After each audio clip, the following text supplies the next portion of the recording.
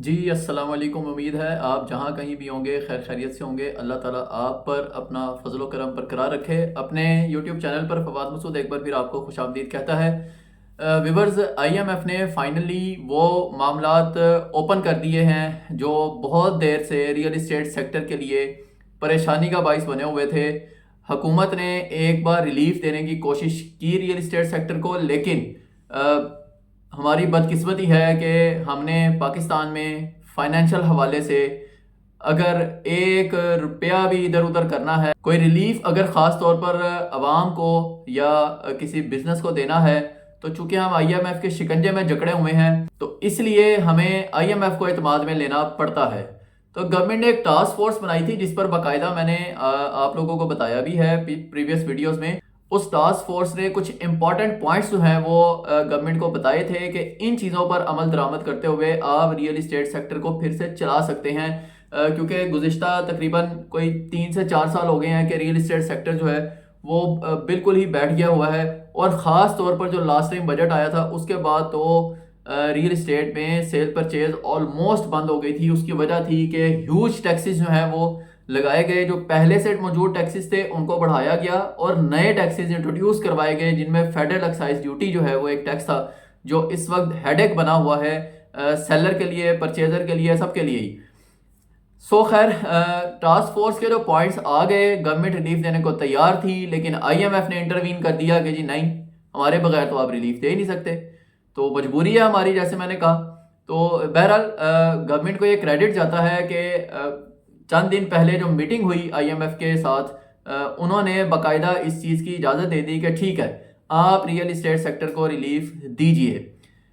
क्यों? उसकी वजह ये थी कि सेल परचेज बिल्कुल बंद है। गवर्नमेंट को एक ह्यूज रेवेन्यू रियल इस्टेट की ही सेल परचेज से आता था, जो कि इस वक्त कंप्लीटली बंद हो चुका हुआ था। तो उसके लिए कुछ ना कुछ जो लूप होल्स थे उन्हें कवर करना ज़रूरी था। देखें, जब तक आप सेलर या परचेजर को थोड़ी बहुत रिलैक्सेशन नहीं देंगे, कहीं भी बाइंग सेलिंग नहीं होगी। अब परचेजर ऑलरेडी जो है वो बेचारे ने अपना घर बनाना है, उसने अगर कोई प्लॉट खरीद रहा है या कोई भी प्रॉपर्टी वो परचेज कर रहा है तो उसने उसको यूटिलाइज करना है।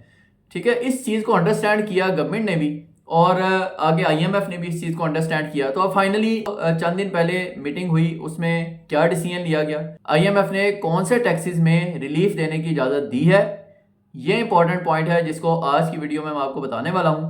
तो सबसे पहले आईएमएफ ने ये कहा है कि जो विद होल्डिंग टैक्स है, या दूसरे लफ्ज़ों में आप इसको एडवांस इनकम टैक्स कह लें, जो परचेज़र जो है वो सेलर परचेज़र दोनों पे करते हैं एफबीआर को।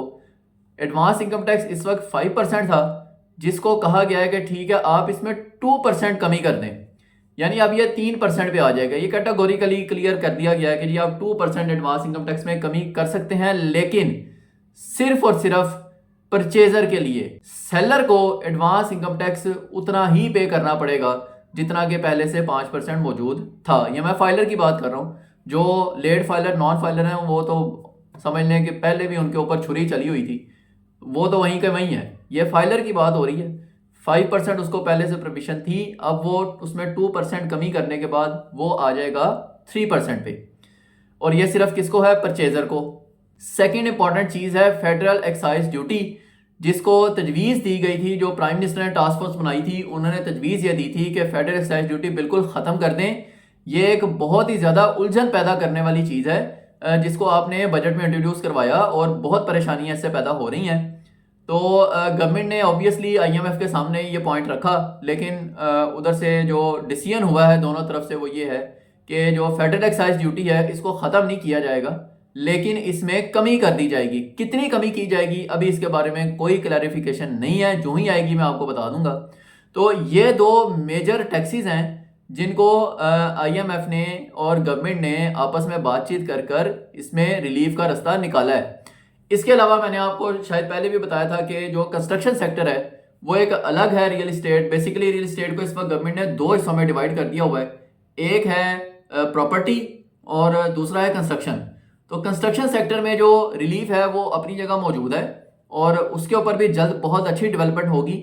और वो रिलीफ क्या क्या है कंस्ट्रक्शन सेक्टर में, गवर्नमेंट के जो पॉइंट्स हैं वो ये हैं कि जी जो पहली बार घर खरीद रहा है उसको किसी किस्म का टैक्स जो है वो ना पे करना पड़े। क्यों? ताकि लोग घर खरीदने की कैपेसिटी में आए। सेकेंडली, जो 5 मरले का प्लॉट है उसके ऊपर अब 3 मंजिला घर बनाने की परमिशन जो है वो शामिल थी। ये चीज़ें अपनी जगह मौजूद हैं। जो टैक्सेस का मामला था वो IMF से डिस्कस करना बहुत ज़रूरी था, उसको डिस्कस किया गया है। कंस्ट्रक्शन सेक्टर का रिलीफ अपनी जगह मौजूद है, उम्मीद है कि वहाँ भी अच्छी डेवलपमेंट होगी। तो ये मेजर डेवलपमेंट्स थी जो मैं आपको इस छोटी सी वीडियो में बताना चाह रहा था। उम्मीद है कि आपको समझ आ गई होगी। मजीद अगर आपका इस हवाले से कोई क्वेश्चन है, आप कोई मालूमात लेना चाह रहे हैं, तो ऑन स्क्रीन नंबर पर आप मुझसे कांटेक्ट कर सकते हैं। फिलहाल के लिए इजाज़त दीजिएगा। इंशाल्लाह नेक्स्ट वीडियो में किसी और टॉपिक के साथ आपकी खिदमत में हाजिर होऊंगा। अल्लाह हाफिज़।